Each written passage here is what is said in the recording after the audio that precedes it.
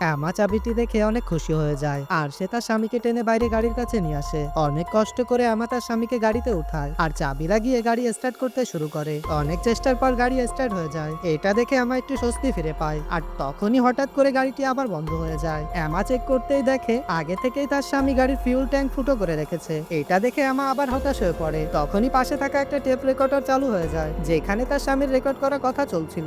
এমার স্বামী তাকে বলে সে তার বয়ফ্রেন্ডের সাথে মিশে তাকে চিট করছিল। এ ব্যাপারে সে অনেক আগে থেকেই জানতো, কিন্তু সে প্রতিশোধ নেওয়ার জন্য সঠিক সময়ের অপেক্ষা করছিল। এইসব কথা শুনে এমা ভালো করেই বুঝে যায় সে এখান থেকে সহজে বেঁচে ফিরতে পারবে না। এমা গাড়ি থেকে নেমে তার স্বামীর লাশ টানতে টানতে আবারও ঘরের মধ্যে নিয়ে আসে। ঘরে এসে মুখে লেগে থাকা রক্ত পরিষ্কার করতে থাকে আর তখনই কেউ একজন বাইরে এসে কলিং বেল বাজায়। এমা দরজা খুলতেই দেখে সেখানে তার বয়ফ্রেন্ড এসেছে। এমার বয়ফ্রেন্ড তাকে বলে, তুমি আমাকে এসএমএস দিয়ে এখানে কেন আসতে বলেছো? এমা ভালো করেই বুঝে যায় তার স্বামী শুধু তাকে নয়, তার বয়ফ্রেন্ডকেও সাজা দিতে চাচ্ছিল আর এই জন্যই সে তার বয়ফ্রেন্ডকে তারই ফোন দিয়ে এসএমএস করে এখানে ডেকে পাঠিয়েছে। এমার বয়ফ্রেন্ড যখন ঘরের মধ্যে এসে এসব কিছু দেখে তখন সেও পুরোপুরি বিষয়টি বুঝতে পারে। তারা দুজন নিজেদের মধ্যে কথা বলছিল, তখনই বাইরে একটি গাড়ি আসে। পার্ট 3 দেখতে চ্যানেলটি সাবস্ক্রাইব করে রাখুন।